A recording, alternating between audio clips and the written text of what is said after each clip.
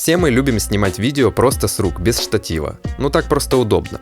Но часто получается вот такое дрожание. Сейчас покажу, как в Premiere Pro стабилизировать кадр. Я тут ролики делаю полезные, поэтому лайкни и подпишись. Спасибо. Итак, для этого есть удобный и простой инструмент. Мы заходим в панель эффектов, находим в подпапке Distort эффект под названием Warp Stabilizer и перетягиваем его на клип. Начинается анализ. Бывает, он идет долго, поэтому потерпите. Когда эффект сработает, линия эта пропадет. На слабом компьютере могут быть подтормаживания всей системы. Ничего не включайте параллельно, проявите терпение. Итак, проверяем результат. Камера теперь действительно плавная. То, чего мы и хотели.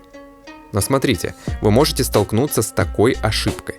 Стабилизация не работает, если вы применили к видео какие-то изменения, например, замедлили или ускорили.